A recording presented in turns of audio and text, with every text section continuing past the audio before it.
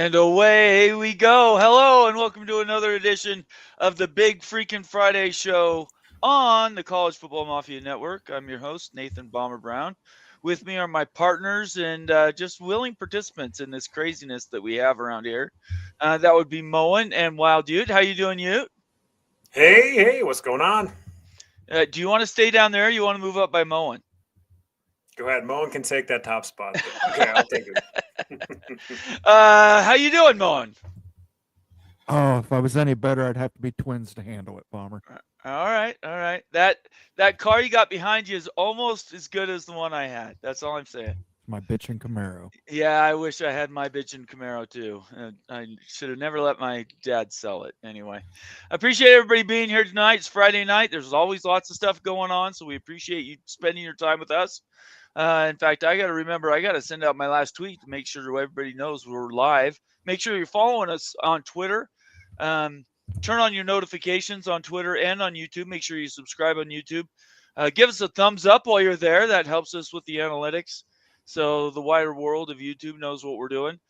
And then consider becoming a member of the College Football Mafia Network family. There's a bunch of us, and we're always growing. We appreciate more members.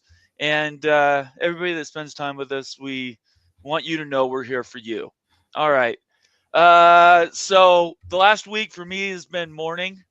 I've had a tough week, kind of like you did last week. We sort of went back to back, which is not great.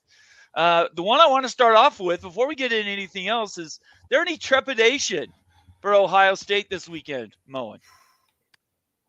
I don't really feel any trepidation. I mean, I almost want Ohio State to have a competitive matchup with Indiana. Okay. Just to ensure that Indiana gets a playoff spot and screws over an SEC team. Okay. So, do you think there's collusion possible? So, I've thought about this with the SEC. They game the system so that Indiana and Ohio State play a very tight game, but it's tight on purpose. Do you think there's anything to these conspiracy theories that have been going around for a while now? You know, maybe lose the last game of the season, get that extra week where you don't have to play a game, go to a championship game. Do you buy into any of that stuff? No, listen, Ohio State's not going to shave points or anything. I do think Ohio State will struggle a little bit in the beginning, getting the new offensive line under its feet, but the talent margin is just so far to Ohio State's side. It's at home. I like Ohio State. Okay. How about you, Ute? Do you buy into any of these conspiracy theories? Oh, yeah, I buy in. I'm a big buyer, Moan. Petitti's working some magic over there, cutting some money to Ohio State to make sure it doesn't get too out of hand, to get Indiana in the playoff. Oh, you bet it's going to happen. Now, there's no conspiracy stuff going on. Ohio State should take care of business in this game. You're at home. All the hype's gone on Indiana and stuff. I mean, like Ohio State's kind of been on the back burner this week, it seems like, as all the attention's to Indiana. Right. It could be a rout.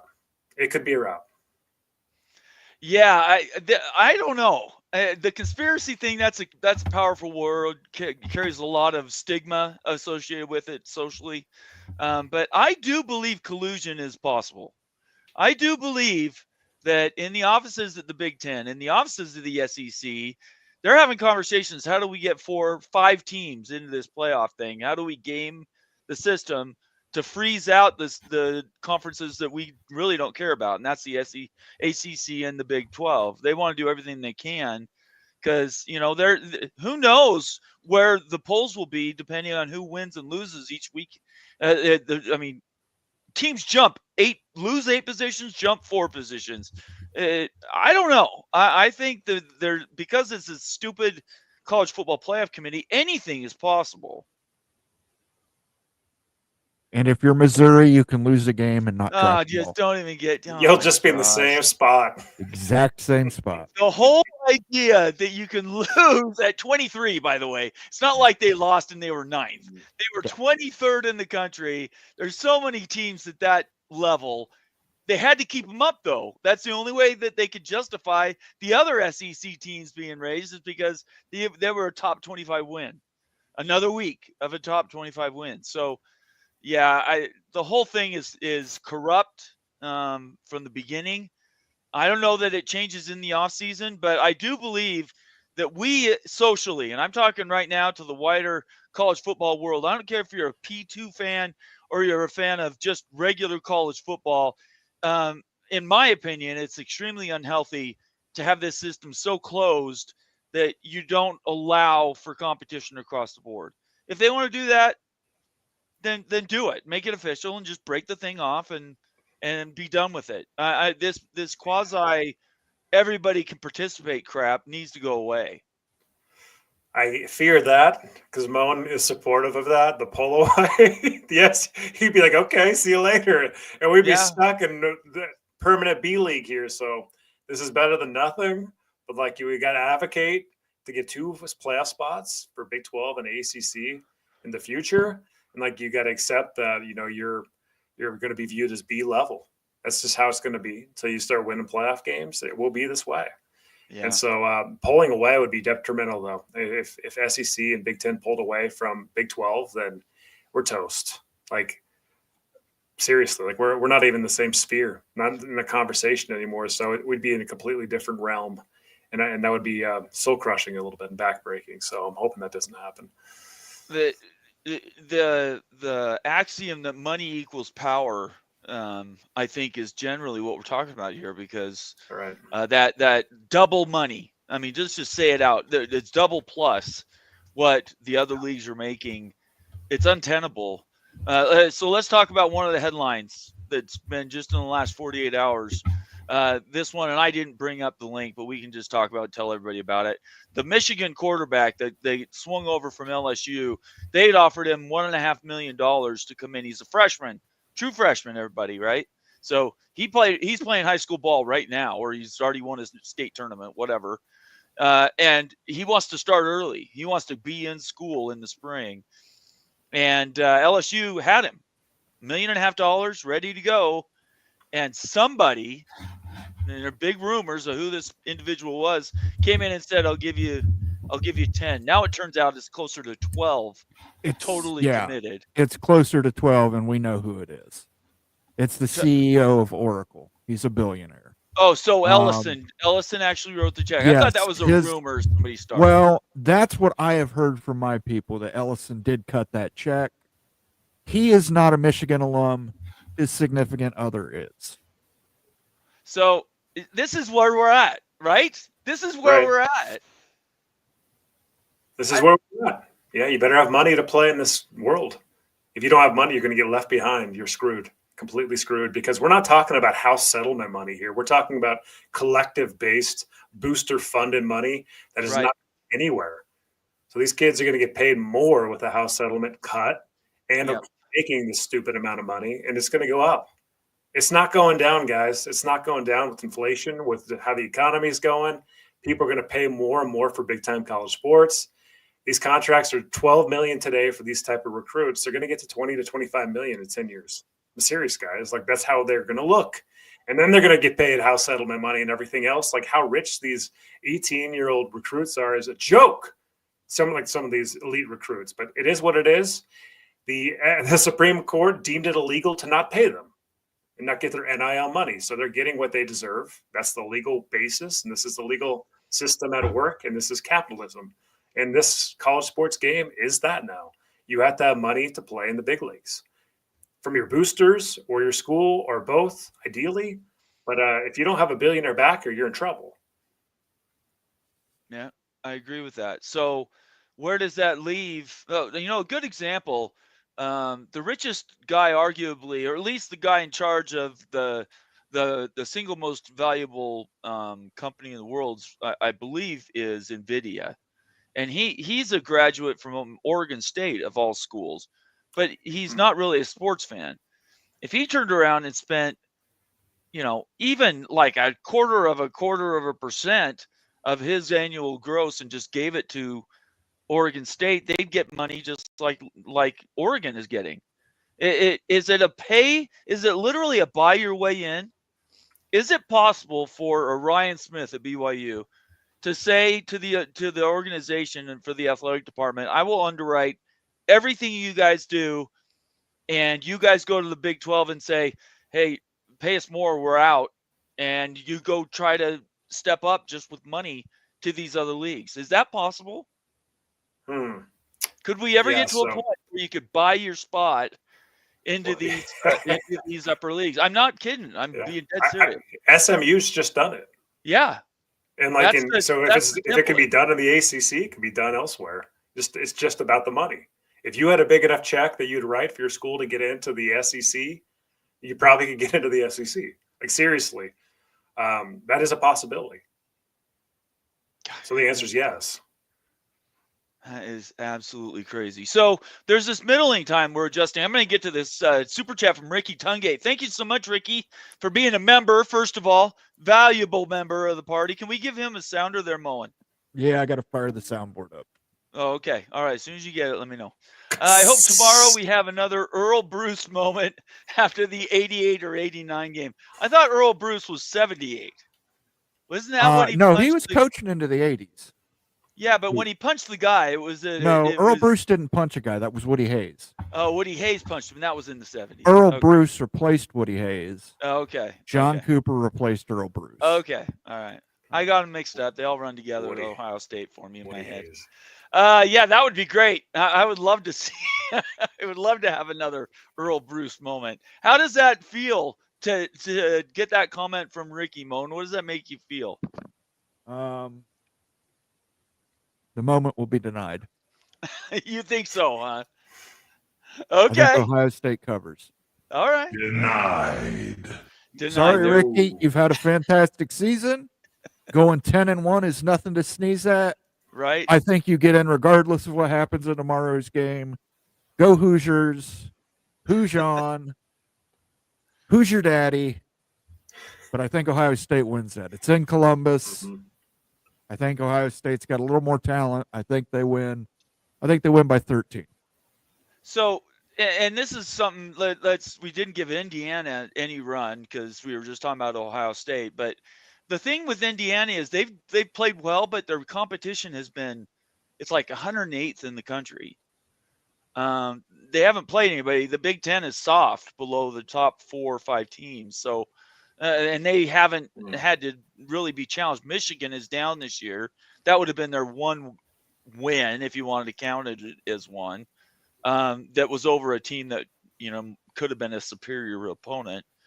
I mean, is there any chance? Do you give them any chance to even be within one score? Because if I'm Ohio State, outside of this conspiracy thing, if I'm Ohio State, I'm trying to make a statement. Because I haven't played great this year. Indiana's going to show up feeling disrespected. They are going to hear from everybody that they're not supposed to win this game. They can't win this game. They won't win this game. And I think that's going to put some fire in them. And, Kurt Signetti, at the beginning of the season when he was first hired, he said, Michigan sucks. Got to win over Michigan. Yeah. He said Ohio State sucks. He's playing Ohio State tomorrow. Okay. And he said Purdue most definitely sucks. And he plays them. That's their rivalry game at the end of the year. So but Purdue's really bad. Purdue's really bad. They should win that. I mean, come on. We're not even going to we're not going to break that game down. Yeah. I mean, it's going to come down to, I think, is Ohio State's secondary good enough to shut down the receivers of Indiana? I believe they will be, but I could be wrong. I mean, again, we lost our center this week. Hinsman's kicking over to center again, so we'll see, because they've got a really good defensive tackle there at Indiana as well. He is a big disruptor, so a little frightening knowing you're going in there with your backup center. But you are at home. Yes, thank you for the super chat, Ricky. I will give you a good one now since I gave you the denied. I will go ahead and let you cook. Let him cook. Thank you. Let him cook now. Let him cook. I said let him cook. All right. Thank you so much. Appreciate the super chat, Ricky. Great to see you tonight. Peek around the corner, Greg Pflugar, friend of the show. Always great to have him on. He had $10 super chat tonight. Thanks so much, Greg. We thank you very much for it. Golden Gophers 25, Nittany Lions 22. I actually could see Minnesota winning this game. I didn't pick them, but I think Penn State's overrated. So, well, Bomber, I think you might want to check the picks. You did pick them. oh, I did take them with the Oh, points. you took Minnesota. Oh, see, there you go. I took them with the points. There you go. So, I think they could beat them. You weren't the only one either. You were not the only one. Okay. Well, I love Greg's confidence for this game too. I mean, Greg's been talking all week on Minnesota. He's got a lot of people believing in the Golden Gophers. I want to see this so bad. Come on, baby. Go Gophers. Well, you know what's going to happen at the end of this game, right? What? Greg's going to go, Oh! That'd be awesome. Oh my gosh. Hey Greg, if the Golden Gophers win, you got to sing the Golden Gopher fight song. Oh yeah, that we love to. You got to do it for your own alma mater, okay? Yeah, I love it. That would be great. Thanks so much for being here, Greg. Thanks for everything you do for us. We really, all three of us, we really appreciate it. Community is much better off because you're leading it. Thank you so much for everything you do. And I did pick Minnesota, so yeah. See, I thought I might have. I wasn't sure. I took the points. I'll be honest. I was going on the point spread, but I looked at it later and I was like, I think I've thought Penn State's overrated all season. So, does James Franklin, if he doesn't win that game, is he at all at risk? I might have a rant a little on later tonight. So, okay. All right. We'll discuss James Franklin and the dynamics of the Big Ten Conference. Okay, we'll do that. Becky Go Huskies, contributor and also a valuable member of the Mafia family. Thank you so much for being here, Becky. Good to see you. Big Ten, sixth place team would win the Big 12. Yeah, okay, whatever. Becky, come on. Look, we don't need the shots already. Come on, Becky. Everything is played on the field. You guys are running. That's all I can say. The Big Ten and the SEC are running from the ACC. Who's in the sixth place for the Big Ten? So we got Washington, probably. If I had to guess. Do you think the Huskies will win the Big 12? No. I don't think so. Not there's more defense played in the Big 12 than in 75 or 80% of the Big Ten. I think BYU's defense. BYU's defense. Got to tell me, Becky, who's six? BYU's defense, Utah's defense, would keep most of the Big Ten down. I think that Penn State and Ohio State could win the Big 12. I really think those are clear favorites, but everybody else, it would be a toss-up. I think Indiana and BYU are basically the same team. So we'll see. Maybe, I appreciate confidence though, Becky. It's nice. All of a sudden you're in the Big Ten and now you're throwing shots at the Big 12. I love it. Minnesota. I love you, Becky, though. Hey, keep throwing those shots. It's all good. All is well. All right. Let's jump back to the top and let's do some shout outs, shall we? Let's see. Ryan Willie starts us off. Hi, College Football Mafia family. Good to see you, Ryan. Thanks for being here. Nathan Campbell says hi, guys. Clay Johansson, go blue. I don't know. Is Michigan off this week or are they playing this week? They went green this week. They dropped $11 million on a quarterback. Yeah, well, guaranteed for 4 years. They didn't do it. Well, somebody else did it. A booster did. Yeah. What a good booster. Hello, folks. Let's get ready for another great show. Thank you for all you do for fans like us. Thank you, Timothy, for being here. We really appreciate you. Steve Moser, another member of the family. Thanks for being here, Steve. I've been watching YouTube videos, college football and Sopranos stuff, dreaming of a crossover episode where Paulie whacks Greg Sankey. Hey, couldn't we do an AI movie? Couldn't you code that? You couldn't? Is there? I can't code that. Yeah. Isn't there? Come on, Moen, write a story and plug that into a visual. Give us a 2-minute video where Paulie knocks off Greg Sankey. I would love that. Paulie Walnuts. You know what? Speaking of the namesake of this episode, the baby that you created through AI for this—that's a little creepy. I looked at that for like 3 minutes, man. I was like, "This baby's creepy." That's little. Everyone, go check out the thumbnail and tell us if the baby's creepy or not. That's Sob Story Sankey. Sob Story Sankey. Bob Swanger, another member. Thank you for being here, Bob. Hi, College Football Mafia. Good to see you. We already said hi to Becky. Let's see. We're scroll down here. Stephen Vitt checking in. How's it going, guys? I think we're doing all right for Friday. Looking forward to tomorrow. Jared Jones, good to see you. Yo. He saw me over, and if you guys didn't know, I'm now doing a feature on Mondays at noon. Well, it's 2 p.m. Eastern on the Voice of College Football. I'm doing a weekly episode there for an hour with Mark, and that's turned out to be a fun show. So if you guys have an off time on your Monday in the middle of the day, you want to tune into that show, it's been a lot of fun. I've enjoyed spending my time with Mark. It's been great. So good to see you, Jared, though. Thank you for being a member and continuing contributor to the family. We appreciate it. Let's see here. Shonsky checking in. Good to see you, Shonsky. Salt Lake traffic sucks. I don't know how people live up there. Can I just say that without pissing anybody off? Flex work, hybrid work, guys. It is the worst place in the world to work right now. Conundrum, take your participation trophy and be quiet.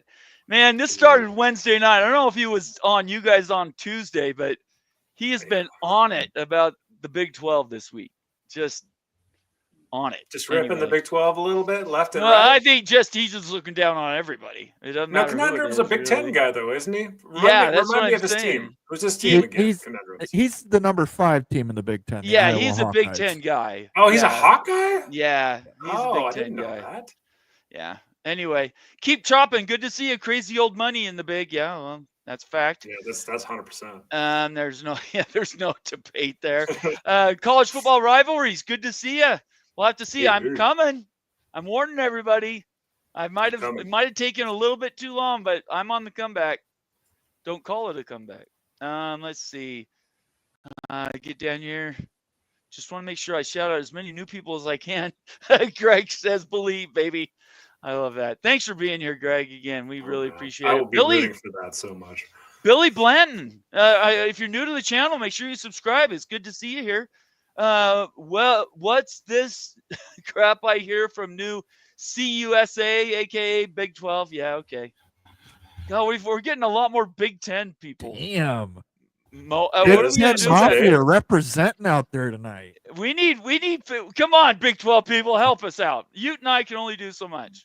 You know, we just cannot let the doomsday happen, right? Like, let's just get that out right now. If doomsday happens, we're going to take a lot of crap. A lot of crap. You and I both know that's true. Stormy Cyclone, another valuable member of the Mafia family. Thank you for being here, Stormy. Hello, fans of football. Chaos coming on and off the field. How does Iowa State do at Utah this week? They win. Hey. It's Utah. Why don't you just throw that dig in? Okay, let's just break it down a little bit. Go ahead. You've got Stormy gave you the opening. Go. Okay, the opening right here. Utah's going to win this football game, okay? Okay. Utah's going to win this football game by 3 points, 27-24. Okay. And Utah's going to control the game in the second half.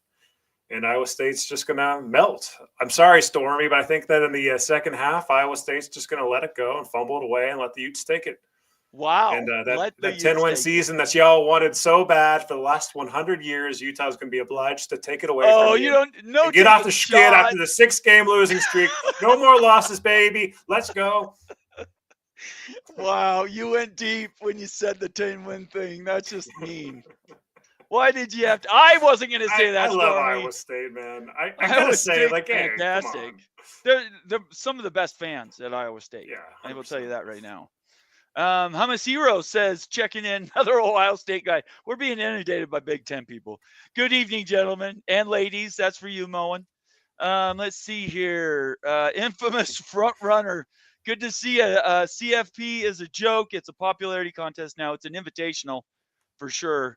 Yeah, nobody likes it unless you're in the SEC, and they don't even like it anymore. So I don't know. Nobody likes it. As a wise man once said, I'm head of the class. I'm popular. Oh, stop. Quarterback. I'm popular. What's that? Are you done? You never heard that song? I don't know what you're talking about. It was a big hit for Not a Surf in the 90s called Popular. Popular. Yeah. Sorry. I don't know what I was doing that year. That's the Big Ten mindset right there. They're living this popular lifestyle here. Timo Everywhere Rambler. That is a fantastic name. That's in the top 10 of mine. I've been watching college football since 1975. You're an old man like me. It has always been number one sport. I'm going to finish out watching this year for the 12-team playoff, but after that, I'm done. Yeah, people getting frustrated. I say that every Sunday morning after a Utes loss, I say I'm done, I'm not watching anything else. And then about an hour later, my heart comes back. I'm like a honing pigeon returning back to football. This is our love. Everybody that's watching the show and stuff is a freak about college football. We all are. We love it. We drink it and stuff. So it's our game. It's got flaws. It's ugly. It's stupid, but we love it, and we'll always love it. Yeah, it's tough. And Moen's dipping a drink for you. Good to see you, Timo. Make sure you subscribe. Give us a thumbs up if we're doing a good job, or give us a thumbs down and tell us what we're not doing. I'm not sure what else we could be doing to make it better. College football rivalry says Bombers catching up. I am. It took me a while. I had surgery. I had these other things. I fell way behind. If everybody looks at the chart, I was like dead last at one point. And now I'm only 3 games off the pace. So we'll have to see. Getting down to the bottom here. Let's see. Stormy Cyclones laughing about your pick there, I think. C. John, good to see that. C. John says Utah's going to win the Badass Alt Helmet Award. Yeah, you guys do those on your last game of the season, right? That's a tradition now. You guys are doing those hand painted helmets. Usually that's once a year. This game, it's a Polynesian / Samoan helmet. So like tattoos that a lot of Polynesian folks have that are really popular culturally. They put that on the helmet, so pretty cool. They're going to roll that out tomorrow. Yeah, they are cool. They have tribal symbols and stuff. Yep. People said that they were like the Aztecs, San Diego State's, and there's a little bit in there. San Diego State's they're native, right? But they are different. They're distinct. And if you take the time to actually look at the helmet in depth, you can find it on Twitter. They're gorgeous. They're absolutely beautiful, hand painted. They're awesome. Joaquin Morales. All right, you and I this week. Arizona State BYU's game of the week in the Big 12. Hey, Bomber, Wild Ute, Mo, and College Football Mafia family. Smash that like button, folks. It's free. Go Devils. Down with BYU. Sorry, not sorry, Bomber. Well, look. Last week, all my fears came to roost. Everything came back that I've been warning people about all season about Aaron Roderick. All came home last week, and it was a horror show. Absolute horror show. So I can tell you this. You're not going to get the worst BYU team. I think the worst BYU team you saw was last week. So if they even improve a little bit, Sam Levitt's going to have to win this game for you. It's not going to be Scoutaboo. So if Sam Levitt can go out there and he can get you 250 and 2 touchdowns, you guys got a good chance to win. Maybe a special teams or a defensive turnover gets you there. But I still think BYU scores more points. So let's see.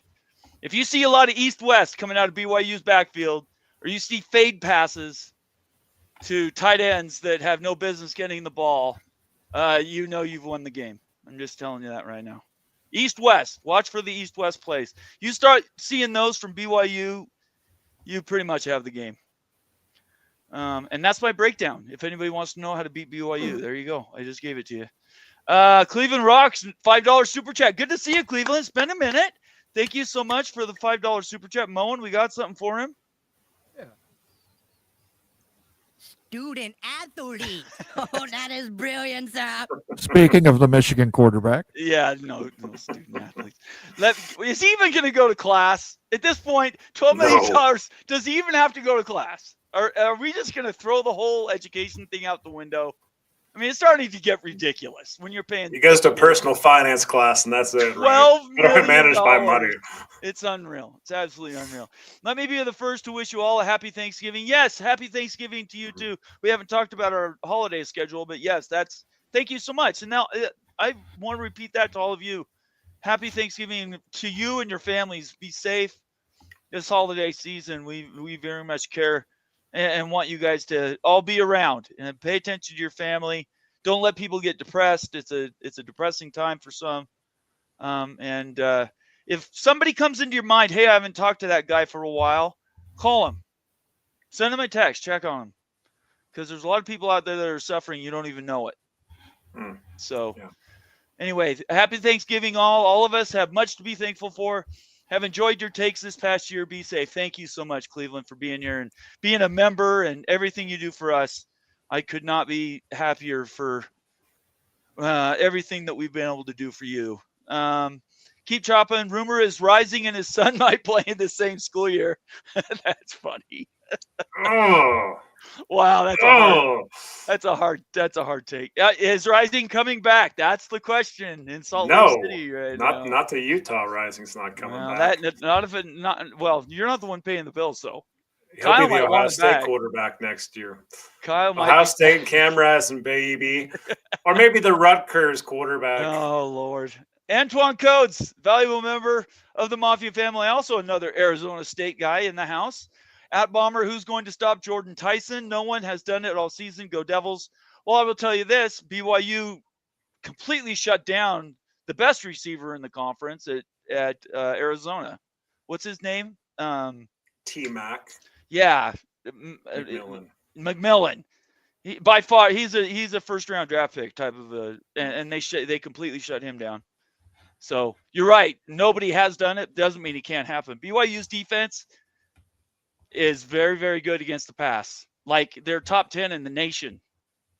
So you can try. Nobody's beat them through the air this season, though. Kansas didn't win because they threw the ball all over BYU. You're going to have to outscore them. And I don't know that. We'll have to see. Good to see you, Mark. Mark Bowman checking in with another $10 super chat. Thank you so much. Thanks, everybody, for being so generous. We really, really appreciate it. Especially, this time of year, things start to slow down. We appreciate everything you guys do for us.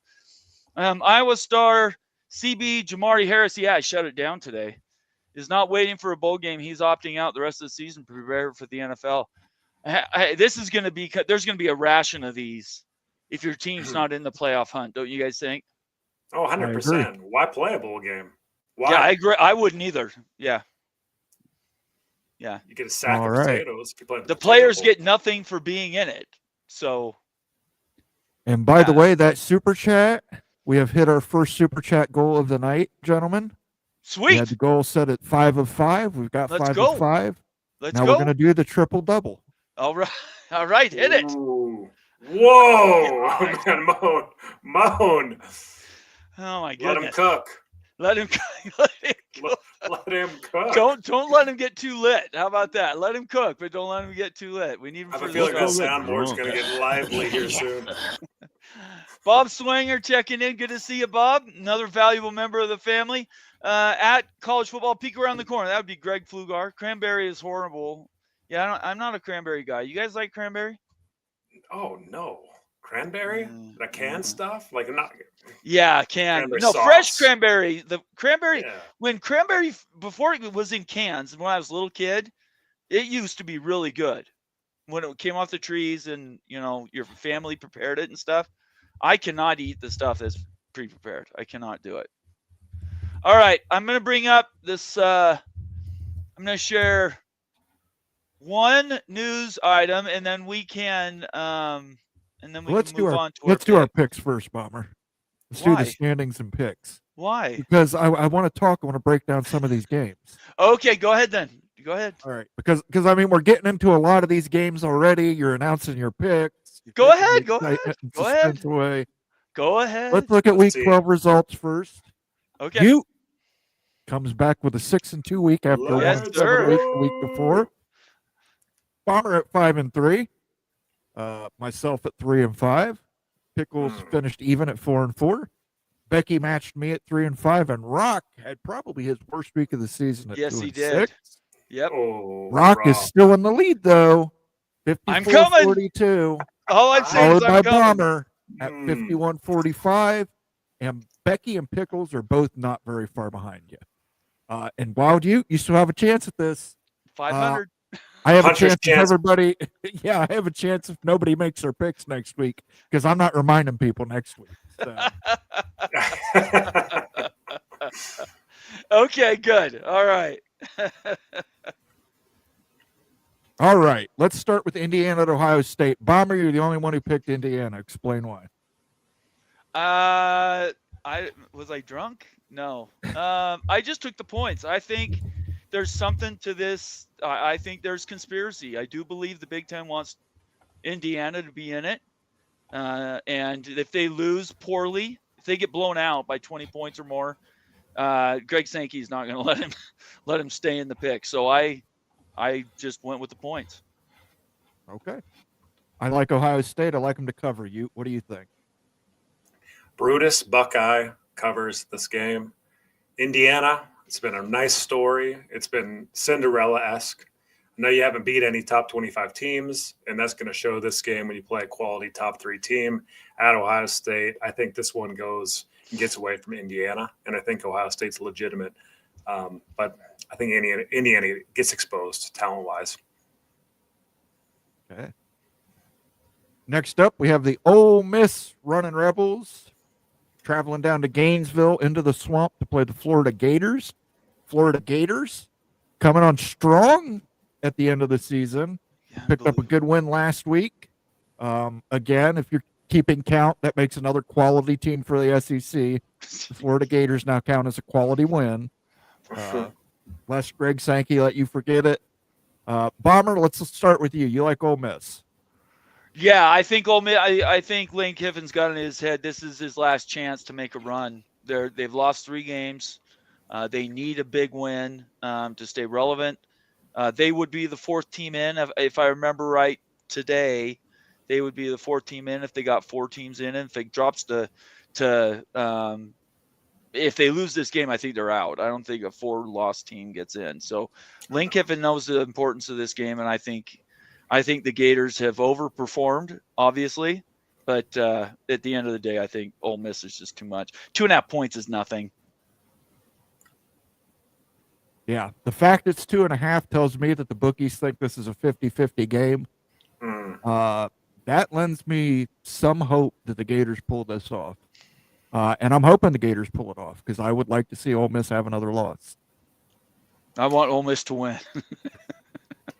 And it's great to be a Florida Gator, and it's great to be a Florida Gator. And when you go to Gainesville and you go to the swamp, you hear that all freaking day long, and I think that's what is going to happen in this game. It's going to be all Gators. I like this Gator team. They're hot.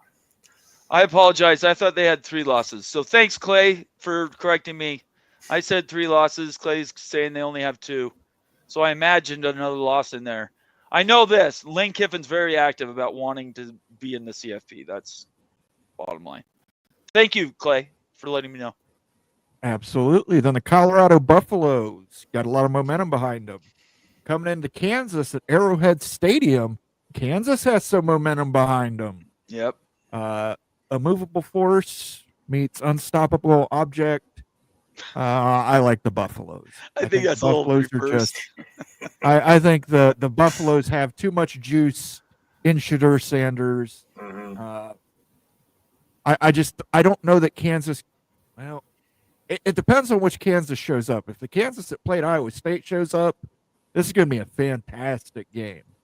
If the Kansas that showed up that beat BYU, no, I think Colorado rolls.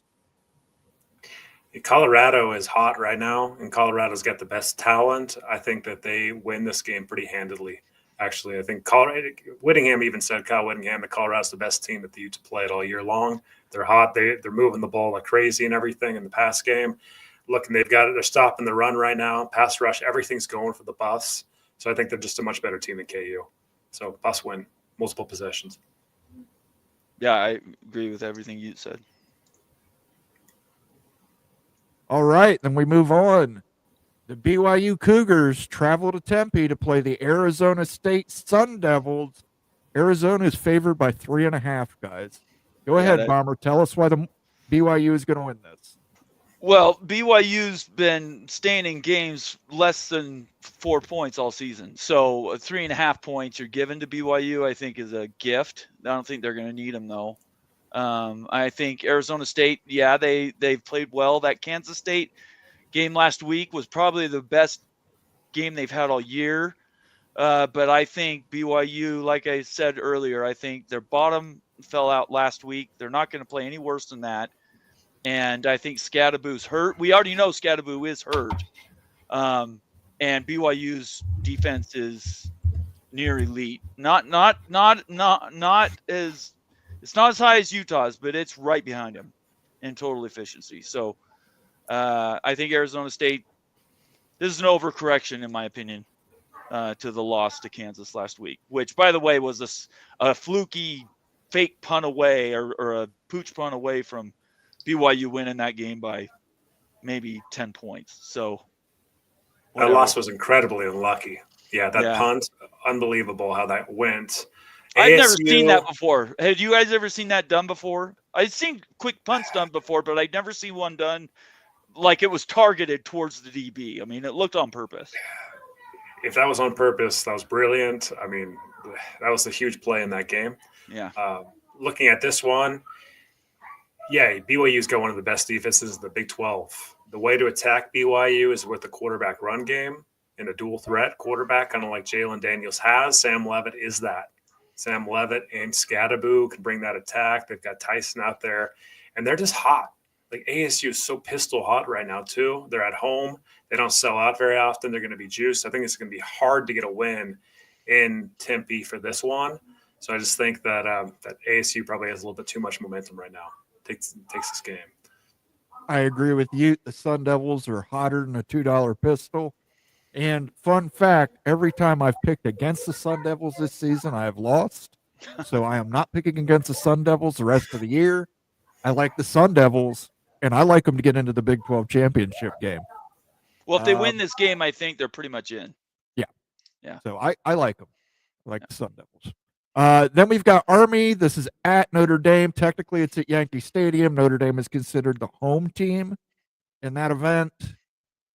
Spread on this is 14.5 for the Fighting Irish. Give me the points. Yeah, it's all the points. Just we can move on.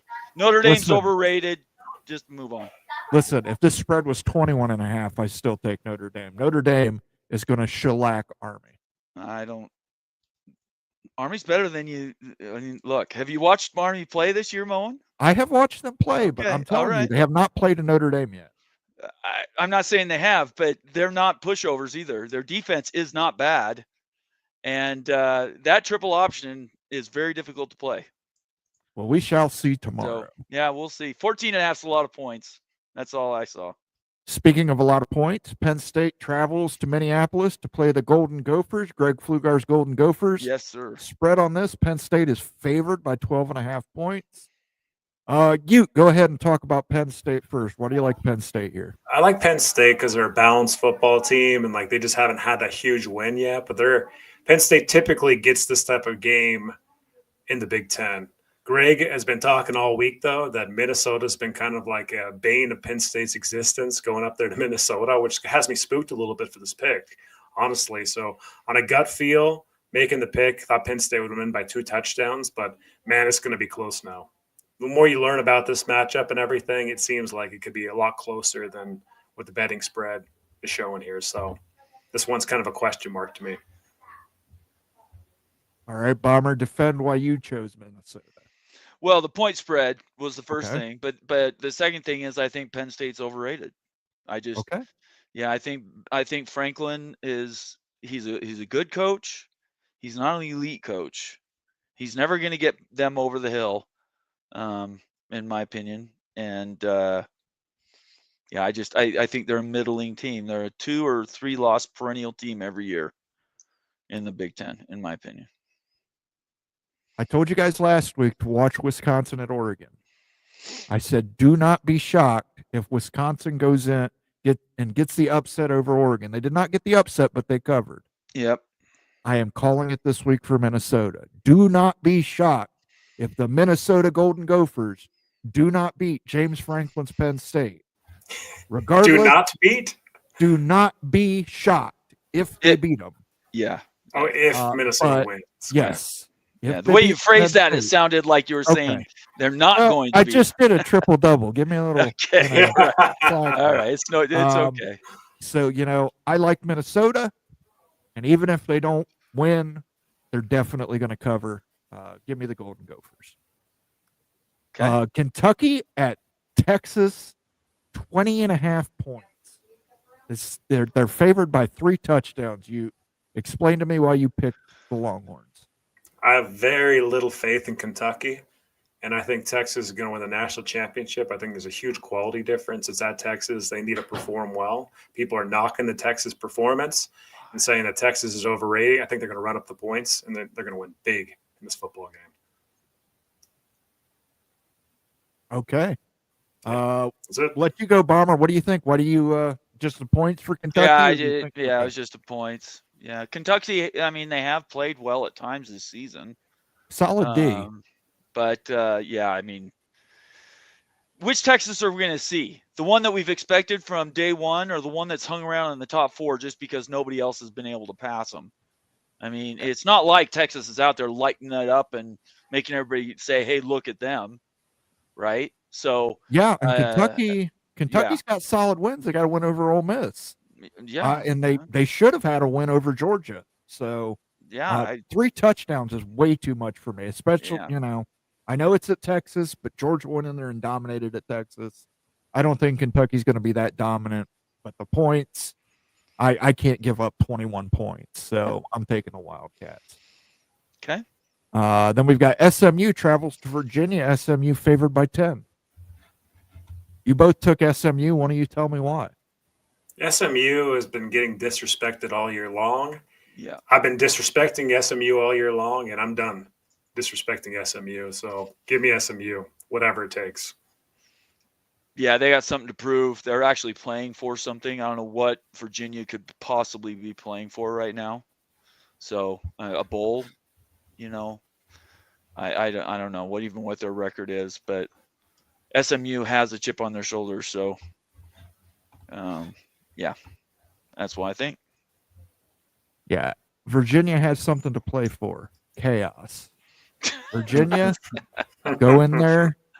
Go into your home stadium. You must defend your house. Beat SMU. I think Virginia has a shot at outright winning. But Okay. I will still take the 9.5 points. Yeah, Can you that's a lot name of one points. player on Virginia's team? I Molly? can't. I It cannot. doesn't matter. Doesn't matter. Chaos. Virginia's a basketball school. Let's just say it out loud, okay? They're a basketball school. They play lacrosse. Football is just not. I don't know if they've ever won 10 games. Is Virginia? Somebody correct me out there. Has Virginia ever won 10 games in football? 10 might be a stretch. I know they've won 9 at one point. Okay. Well, I know They had the Barbers, Rhonda and Bronco Tiki. had them. Bronco got them to 8-4 one year, I think. Maybe 9-4 with a bowl game. I don't know that I've ever in my lifetime. If they have, they snuck in. I do not remember. Yeah. Anyway, so SMU is going to go in there, and I think they have something to prove. Lachey, is that how you say his name? The coach just got a Lashley. 7-year. Lashley just got a 7-year contract extension. They're motivated. Talk about a team that's really playing well and in the groove. They are for sure. So yeah, 5-5 is what Clay says. So they're trying to get to 6. Mhm. So Okay. teams They in got different something to play directions. for. Yeah. If a bowl game is something to play for. All right, there's our Anyway. picks. Now you can go to your news Okay. article. All right. I got it out of the way. Excellent.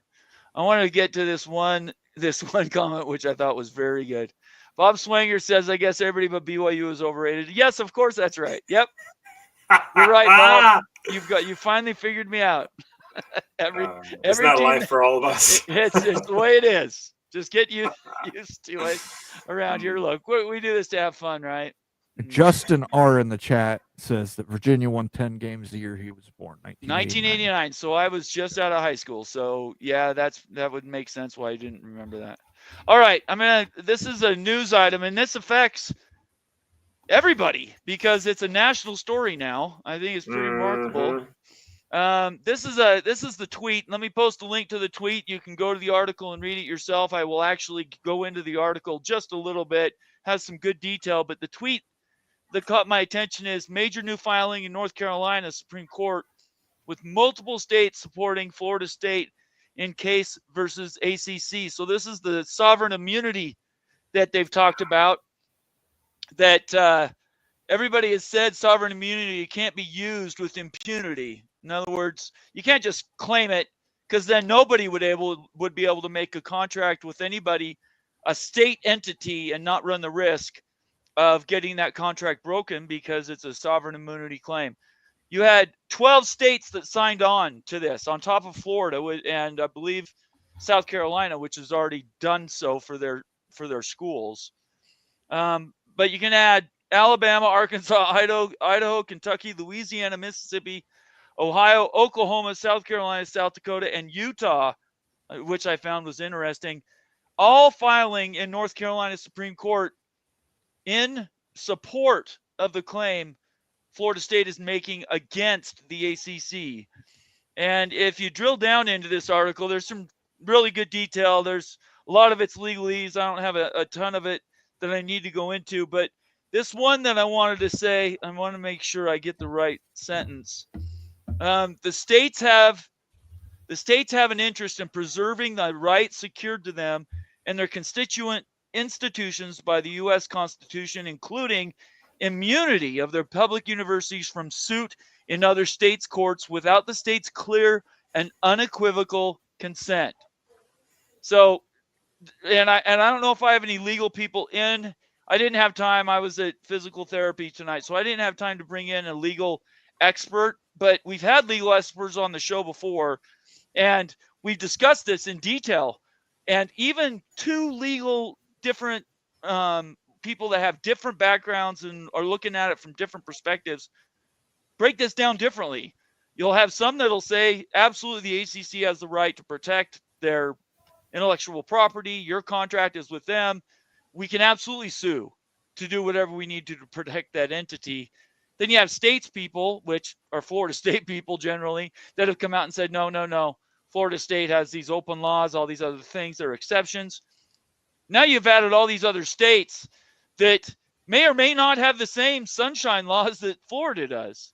So what was really interesting to me, and this is where I want to open up to you guys specifically as we discuss this, and please put your comments in the comment section. Let us know kind of what you guys thought about this article. If you didn't get a chance to read it while we're discussing it, click on the link and go to the tweet and look it over.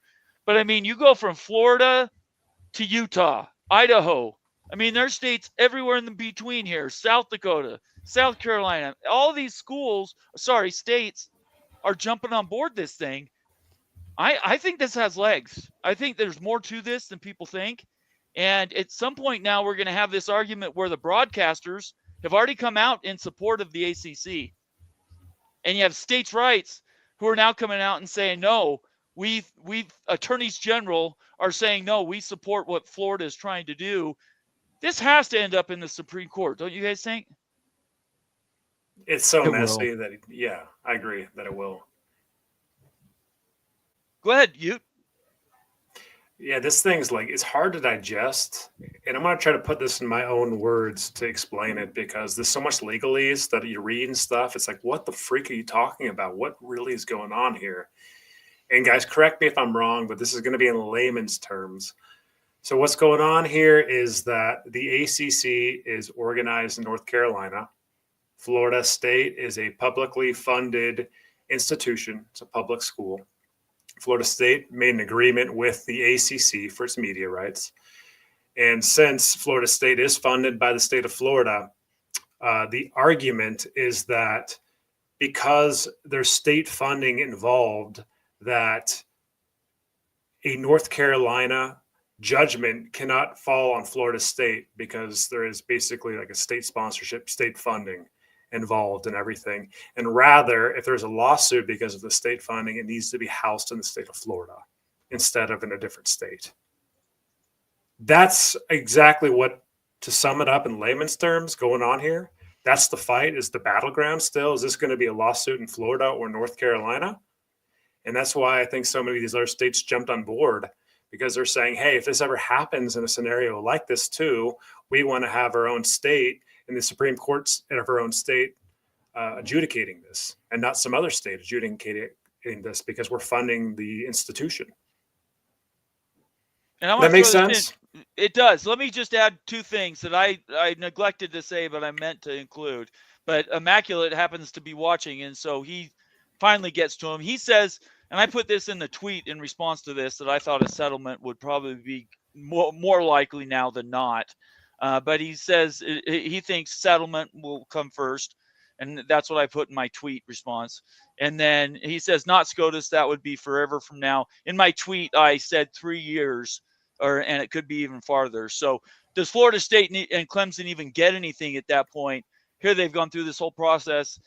They've fought this out to the end. They might win the argument, but have they really won the war? Because by that time there's new media contracts, and they might just fall into one of the other conferences just because.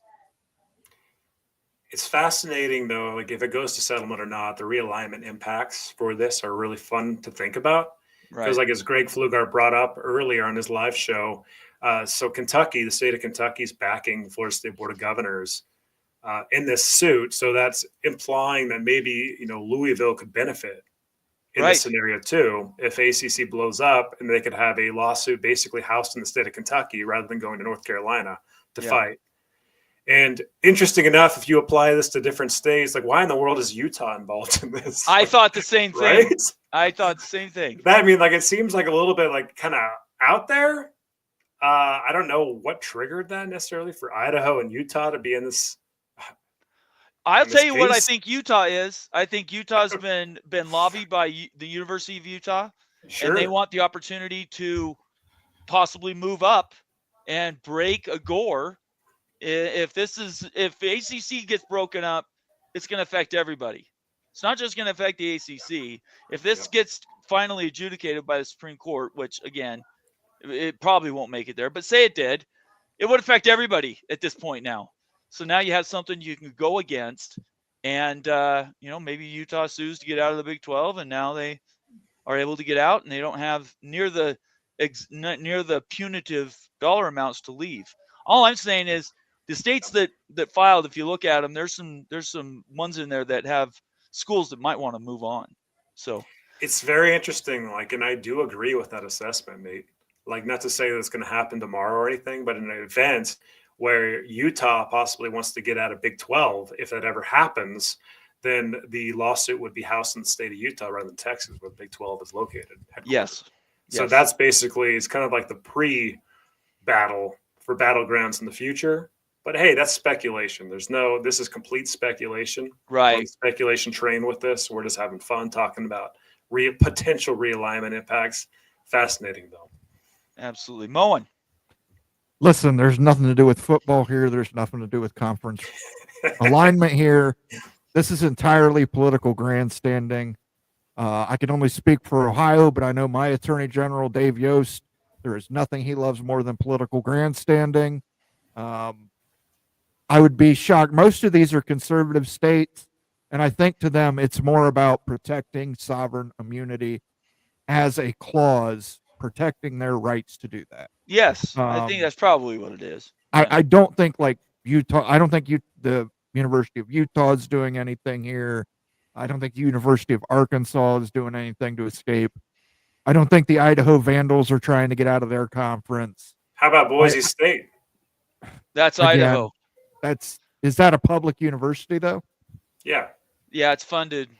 Okay. Moen, there's more here than what looks. You have think about it, Moen. Next level. You gotta think about this, Moen. You have to go next level. Look at this list of states. There's states in here. There's something here, Moen. South Dakota had already sued once. Now South but I guarantee you, every one of these states, it's a conservative attorney general. Okay, that's okay. And it's a very fine. conservative position on sovereign immunity. I think this is more about political grandstanding, that we're protecting the rights of our state. I'd also like to see where some of these people get reelected, because I know Dave Yost is coming up for reelection. So, again, I don't think this has anything to do with schools or anything like that. It's political grandstanding. Okay. Well, you can't look at Idaho and Utah on that list and not say, what? I guess it's fishy. 100%. Now, fishy. I will say this: Utah and Idaho, two of the most conservative states in the entire country. They are Republican, and they are going to want to fight for sovereign immunity for the individual states. There's no doubt about it. But there's other states in between that aren't suing that are also Republican, and you have to look in those areas. Maybe they don't have anybody they think that, like, Was Iowa on this list? I don't see Iowa on this list. Texas isn't on this list. There's several states that could have gone on Kansas. that have. When that do they have run for Republican re-election? people. When are they running for re-election? Okay. Look, I'm sure that that's there's- true, Mo, and I'm sure what you're saying is true, but I think that there's something a little bit nefarious too that's lurking beneath this. All I know is Telling you, like it's fishy, man. fun. It's fun to talk about. That's all I know. I saw that pop up. I posted the link both to the tweet and the article. I hope everybody goes and reads those. We give credit where credit's due. That was written by Chris Nee on Knowles 247, which is a summary of the filing, and it's in support of Florida in their countersuit. Basically, what they're saying is the ACC said, you waived it by going into a contract with us. You waived sovereign immunity. It's been their argument all along. And Florida said, no, we didn't. And by the way, it wasn't initialed by Joe Blow, who should have initialed it, and all these other process things. So we'll have to see. It's extremely interesting. And I think you and I had the exact same double take when we saw the list. That's all I can tell you. And we haven't talked about it. It's the first time it's come up. Yeah. All right. There's more people that think that too. It's not just us. I think so. All right. Let's jump right. Unless you guys have anything else, let's get into Q&A. You guys ready to do that? Sure. Okay. I want to hear about Sankey's sob story though. Oh yeah, go ahead. Oh, you want to hear my rant? Yeah. I want to hear your rant about Yeah. Sankey's sob. I want to, like that baby that's on the thumbnail, right? Yeah, let's go. Listen, we thought we got rid of the most sanctimonious man in football when Jack Swarbrick That retired. is true. I thought that We did not. that was Greg true. Sankey is 100% more sanctimonious. For him to stand up there and say the SEC is so great, greatest conference ever, toughest conference in football, so tough that we won't play 9 conference games. So damn tough that we schedule FCS opponents 1 week away from rivalry week. It is so damn tough, guys. It is such a damn tough conference that they have yet to sign a scheduling agreement with the Big Ten. Tough conference. I mean, they keep telling me how tough they are. You think maybe at some point they'd want to show it. They'd want to show that, hey, we can compete in the North. We'll go to Beaver Stadium in December, and we'll whip that Penn State team in 25 degrees and snow coming off the lake. You think they'd be tough enough where they would sign a scheduling agreement with the Big Ten and play the Big Ten 1 game every year for each of their teams? 16 games. Haven't heard anything about it. We heard they're considering it. Okay? They're considering it. Congratulations. That conference was held together by Nick Saban. Once Nick Saban left that conference, scattered. Look at how many 2-loss teams you guys have. How many of them are going to be 3-loss teams? Many. Probably some. And you're going to argue that those 3-loss teams deserve a spot in front of a 1-loss team. So what does it come down to? Is it more about winning or is it more about whining? Because I notice the Big Ten seems to be winning and the SEC commissioner is out there whining. Don't hear Big 12's commissioner out there whining. Don't hear Jim Phillips whining. Don't hear any of the G5 commissioners whining. But Greg Sankey, boy, he really got a boo-boo over this one. He may not have the best conference in football. I'm sorry. If you do, prove it on the field. If you think the SEC is that tough, come north, play us in winter. Shouldn't be a big issue for you. Should have no problem at all handling all the terrible teams in the Big Ten. And you will look so good doing it. But you would rather whine and complain because I can't come up here. And, it just means more. Shut the fuck up, Greg Sankey. Really. Nobody cares. You had Nick Saban for 17 years. And he brought you most of those national championships. And I'm telling you guys, this is my theory on it. You have to have powerful teams at the top of a conference. That is how you make a great conference. You take a look at Ohio State. Ohio State dominated the Big Ten for the better part of 2 decades. What happened? Jim Harbaugh came into Michigan. Now, he had to stoop to some pretty low levels to win, but he stooped to them. He won. He got Michigan a national championship. Then you take a look at James Franklin. James Franklin hasn't been able to get it done. Quite frankly, if I'm Penn State, even if you make the playoffs this year, you got to part with James Franklin because he doesn't have what it takes to get it done. James Franklin's got to go. Curt Cignetti walks into Indiana. He has them 10-0 in a top 5 matchup with Ohio State late in the season. You can say, well, Indiana didn't play anybody. Indiana has no control over that. The conference gives you the schedules. They've got their out-of-conference control, but, what were they supposed to do? They won. Ole Miss lost. Ole Miss lost to Kentucky, guys. They lost to Kentucky. Alabama lost to Vanderbilt. Georgia lost to Ole Miss. I mean, what is it more important to win a game or just cry until you get your way? And if it's going to be about crying to get your way, oh well. Keep crying, Greg Sankey. I hope the Big Ten gets 5 teams in. I hope the SEC gets 2 teams in, and you have to deal with it. I hope somehow the Big 12 and the ACC get 2 teams in. Let's Not go. because I don't want a Big Ten team in that slot, because I just want to piss you off, Greg Sankey. I want you to have to realize you don't have Nick Saban anymore. You're not the toughest conference in America. If you were tough, you would bring it and not sing it, because all you do is sing it. You never want to bring it. So bring it. And if we're worried about pressure, bring the pressure on. You know what pressure makes, guys? Diamonds.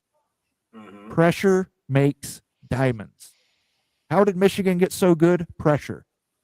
How did Ohio State get so good for so long? Pressure. They had pressure. How did Nick Saban get Alabama to be a contender year after year? Pressure. He had Les Miles on his tail. He had Urban Myers on his tail. He had Kirby Smart on his tail. He had somebody applying pressure. You have to have a giant for Jack to kill him. Need giant. That's why the Big 12 and the ACC are suffering right now. The Big 12 has too much parity. You have to have 2 to 3 teams come out and show that they can be a contender and dominate that conference. The ACC is the same way. Now, I understand Miami and SMU are on a roll, but, talking about quality wins, the Big 12, BYU beat SMU. Miami of Florida lost to a Georgia Tech team they were favored by 14.5 over. Yes. So, keep crying, Sankey. We're going to keep playing football up here. Maybe you guys ought to suggest doing that. I don't know. That was my rant. Okay. It was well done. Yeah. And SEC fans, you can all leave me a comment about sour grapes and how I'm wrong and how great your team is while you're playing 8 conference games and scheduling FCS opponents. Yeah. The FCS opponents thing, somebody reminded, let's see, where's it at right here? Steve Moser's got Georgia plays UMass this week. Last week, Alabama played Mercer. South Carolina versus Wofford tomorrow. It just means more, guys. It just means more. Just means more. That 9th game, in my opinion, every conference should have to play 9 conference games. Not the SEC. They're such a good conference. They can't afford to, Bomber. That should be a requirement to qualify for the CFB, I think. It was a better conference, really, though, like the SEC or the Big Ten this year. Like, I haven't broke that down, but, do you really think the Big Ten is the better conference over the SEC? I think the 4 teams at the top of the Big Ten are better than the 4 top teams in the SEC. Maybe. We got to do a live show on that, on breaking it down. Yeah. I want to do a live show. We will. We'll do that when we get to the playoff, right? We'll have to break good that news down. in the playoffs. Yeah. If they want to prove it, come up here and prove it. Yeah. Well, you're hoping that you guys get those home games. Well, they probably would because they have 1 loss versus a 3-loss SEC juggernaut. Yeah. We'll have to see how it goes. I appreciate your a lot of people giving you support there.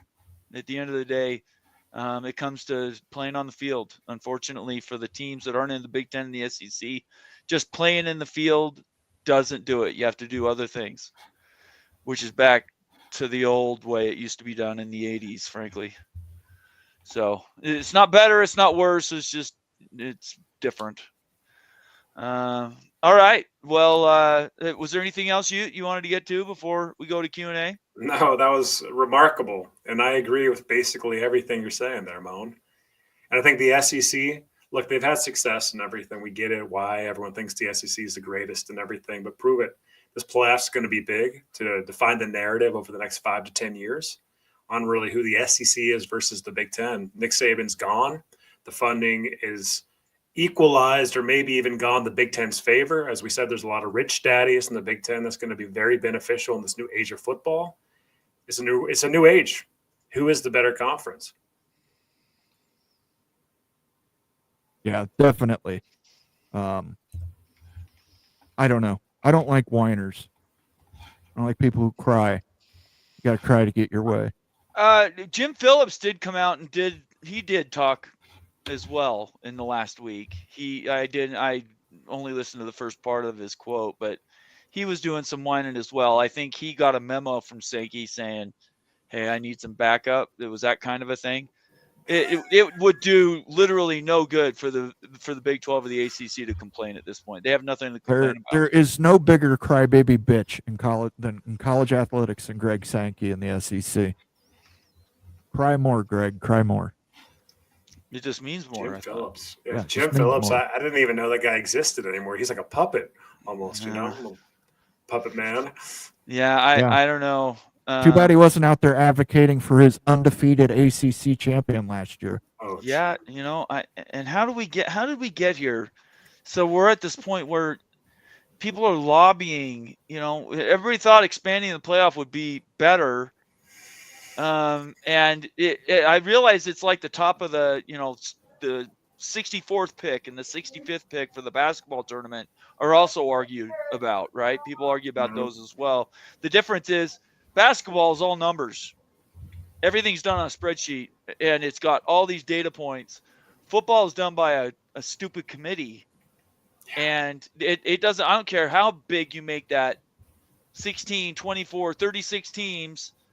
As long as it's picked by a committee, you're always going to have this subjective crap come into it. So the only thing I could think of that would improve what we currently got is more objective metrics to go by, like the Kelly Ford report, like some of the strength of record stuff, some of the strength of schedule if it's implemented right. I mean, there are solutions, but as long as you have Jim Bob, who happens to be the AD, sitting AD at Michigan, who gets a vote in anything, it's broken. Why do they have anybody sitting at any university live that votes? I cannot understand that. Can you guys explain that to me, why they should be able to vote? No, but I've got a solution that would work out really well. What's that? The SEC should have a 16-team playoff between all their teams, and they can call the winner the champion, and then the rest of us across America will play our own tournament and have a champion. Yeah, I'd be all right with that. I'm in for that. Let's just put the SEC out. Let's go. let's make our own super conference. Forget the SEC. Where's Fox when you need them, right? That's what we need, is the big idea to come from Fox. Some Saudi money, PEI, to come in. Anyway, appreciate everybody being here. We're going to jump right into Q&A. We've got 37 comments that we've already got flagged. Keep giving us your comments. If you want to make sure we read your comment from this point forward, it'll have to be a super chat. Other than that, continue to leave them. We will grab them if we can, but we've got enough to get us to the end of the show. So we're going to go from there. We're going to try to go about a half hour from here. So we'll go to the top of the hour, and it'll all be your comments. And, yeah, we'll do that from here. Let's start at the bottom with Greg Pflugar. Peek around the corner, friend of the show. Thanks for being here again, Greg. Should be a committee of one selecting the 12-team playoffs. That's right. You know who. Absolutely. Frank Stallone. Frank Stallone. Is he still alive? Used to be an old Norm Macdonald SNL joke. You guessed it, Frank Stallone. Frank Stallone is like Sylvester Stallone's brother, right? Yes, yeah, he's his Okay. All older right. brother, I I believe. just wanted to make sure I knew we were talking about the right person. Ward Manuel is a man, Michigan man. Yeah, we know. He sure is. He's lost so much credibility, that guy. Every time he goes out to talk after his Q&A, after they tell everybody their weekly picks, is a disaster. Every time he goes to the mic, he says stupid stuff. It's incredible how. I mean, he allowed that Connor Stallion stuff without even Yeah, we didn't reprimanding even- his own institution. We So didn't even bad. Come touch on, on that. Scott. Jim McElwain is retiring from Central Michigan University, guys. Has Oh, is he? absolutely nothing to do with the fact that Connor Stallions was on the sideline wearing Yeah, CMU I didn't know. apparel I with didn't a know that. CMU pass. Oh, But McElwain's retiring. okay. He couldn't possibly be retiring to get away from NCAA investigators, could he? I wouldn't think so. Yeah. What's Stallion's doing nowadays? Is he employed? Stallion? He's got a web. He's got like he's given analysis. Like he's like a consultant. High We should school. bring him on the show. Connor Bring him on, Stallion's on the show. I don't think he'd come to our show. Oh, For man. multiple reasons. Stephen Vitt says we have the wrong people in the CFP selection committee. I just don't think they should be active in any way, shape, or form with any universities that are currently competing in college football. Now, there's a bunch like University of Wilmington, maybe, universities that are obviously smart people, but they're not involved. They don't have a team that's in the mix. I don't have a problem with those type people being in. University of, Penn, or I don't know. Penn competes, but has to be people that aren't in it every day. Ward Manuel works for Michigan, the most storied of all programs, Michigan. Come on, the whole thing is so corrupt. That's the word I'm using, by the way, on Twitter. It's all corrupt. It's all corruptions. Every time I talk about this, it's about corruption. If Cleveland Rocks, thanks for being here, Cleveland Rocks. If the Big Two conferences try to squeeze the ACC and Big 12 out of football playoffs, does basketball have enough clout to keep the Big Two from doing that? Well, they're administered completely different. Football it's like its own thing. Yeah, football brings 80% of the revenues in, basketball 20%. So does it have enough clout? No, in my view. I think, this is different. Moan disagrees vehemently here, but I think there's going to be a breakaway of football. And there's going to be a breakaway of basketball likely too. So you're going to split them both separate in the future. So I don't think they're going to be coupled together. I think they're going to be decoupled in their own realms and away from like the normal university sports, like the Olympic sports. So we've all got different opinions of that. But I mean, football is 5 times more valuable than basketball. So there's not much clout for basketball. Yeah, listen, the best option here is to move to 14 teams, guarantee access, 2 slots for the Big 12, 2 slots for the ACC, 4 for the Big 10, 4 for the SEC, 1 for independent Notre Dame, 1 for a G5. Then you would have 1 at-large spot, and then Greg Sankey could complain and cry because his 6-win SEC team is clearly better than a 9-win Big 10 team. Well, that's what William's saying here. William Bozar, thanks for being here. Welcome to the show. I'm assuming you're an SEC guy. Tell us in the comment section what your school is. Nice to know which school you're representing for the SEC. But all your teams would be lucky to win 4 games in the SEC. So, hey, you know what? I've seen all this scary good success the SEC had in out-of-conference games this year. Auburn lost to Cal. Stop. Yeah, so I Make me mean, laugh. hey, you could schedule a game with the Big Ten every year, and then you can walk the walk and talk the talk and do it all. You won't do that.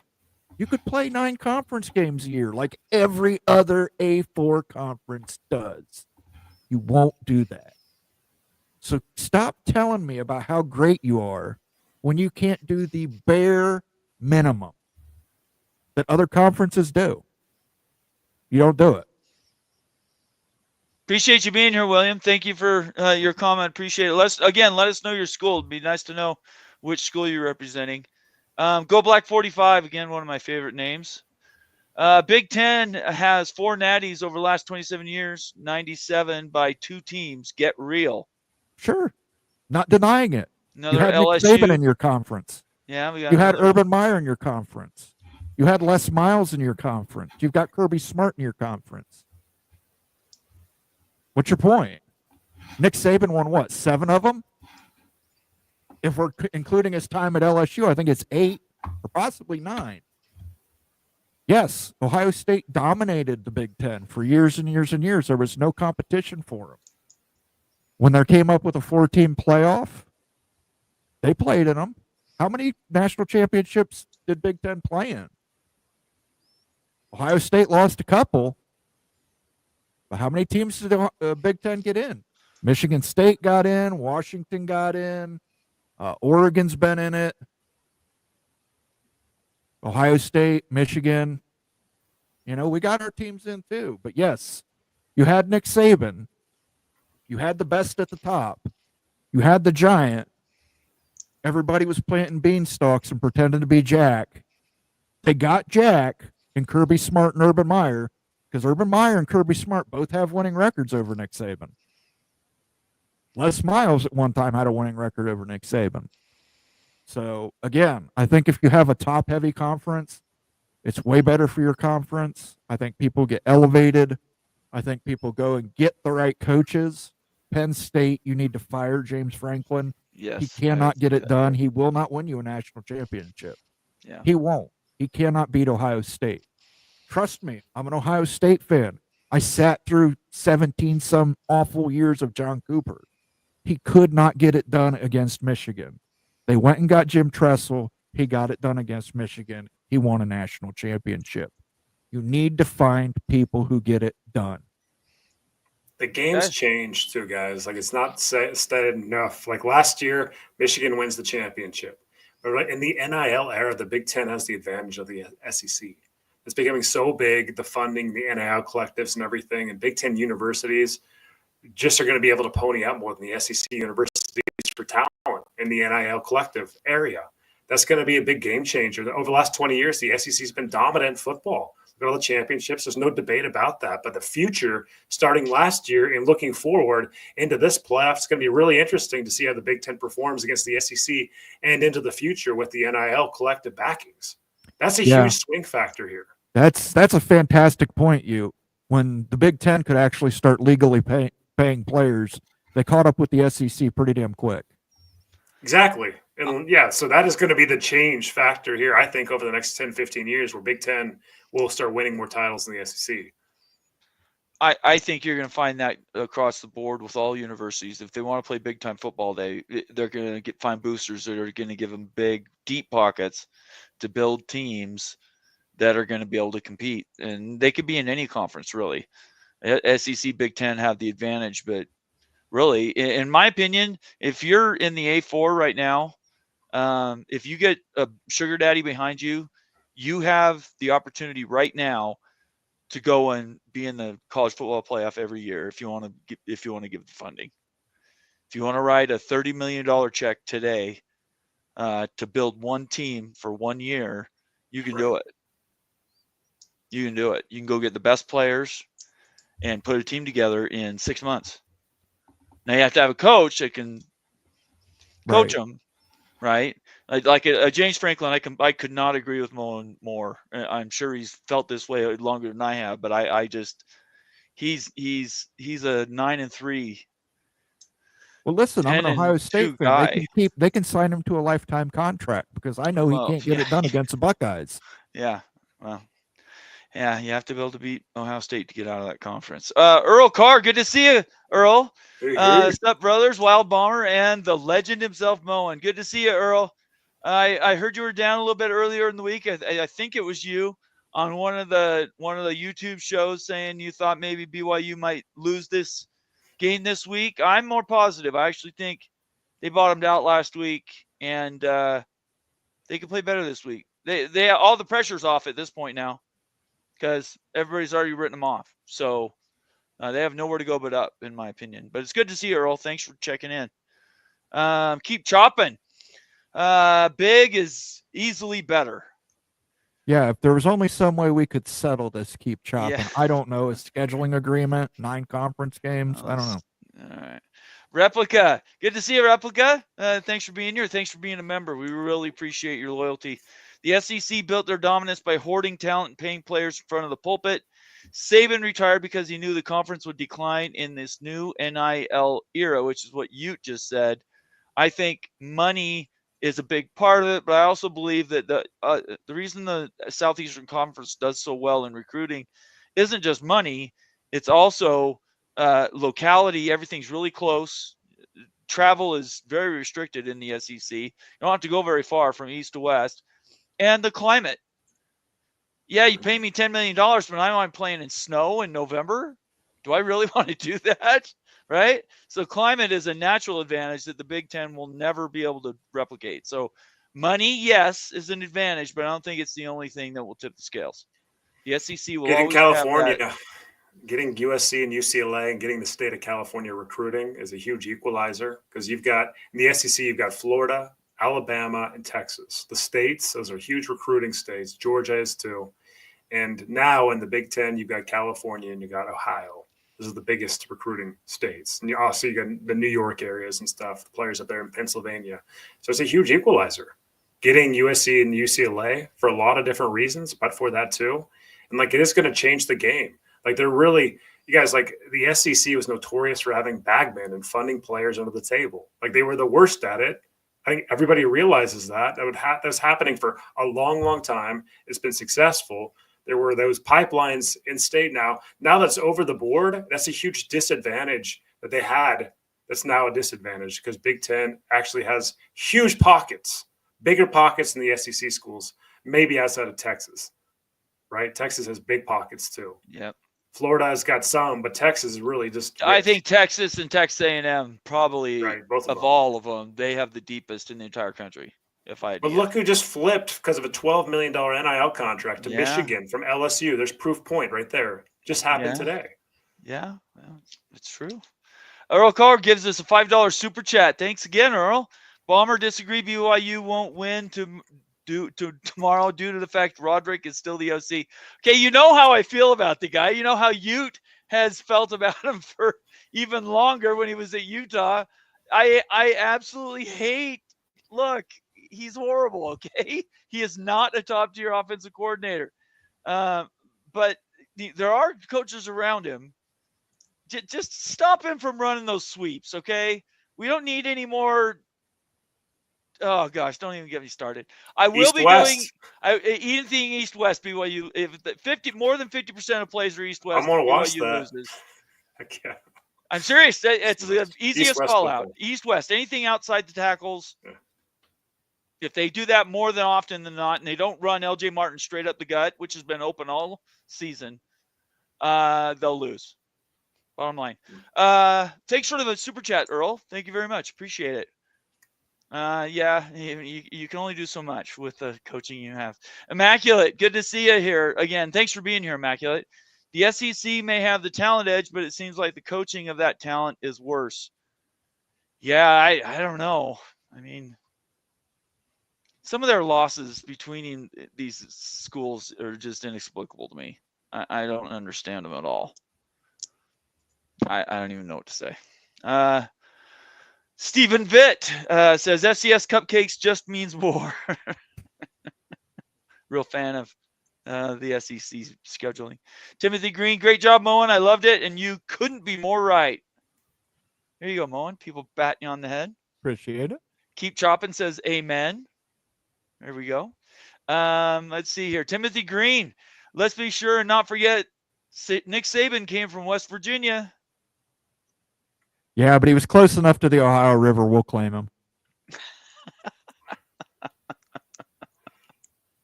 Okay. Movie Time Blues. Good to see you here, man. Thanks for joining. What about the possibility of a group of ACC programs breaking away? Would that affect the lawsuit? So if the ACC ceases to exist because they've, done that disbandment thing where all the teams get together and you have more than 10 and they break the conference apart, I think there's different ideas. Doesn't mean the ACC as a structure ceases to exist, so it wouldn't necessarily outright cancel the lawsuit, but they would lose a majority of their funding, right? Because the schools would be disbanding. So I don't know. It's an open question, but yeah, if the conference disappeared, then what's the lawsuit for? I think That they would is- just abandon the lawsuit at that point, right? Yeah, that's probably what would happen. I find it hard to believe they're going to do that, though. I know that a lot of people have talked about that idea. I think the people are stretching and they're desperate. It's possible. I just don't know the money's there without Notre Dame committing as a full partner, and Hey, they're not. can I, Notre Dame's not going to commit a full partner. can I put Go ahead. something on screen real quick? Yeah, go ahead. Of course. All right.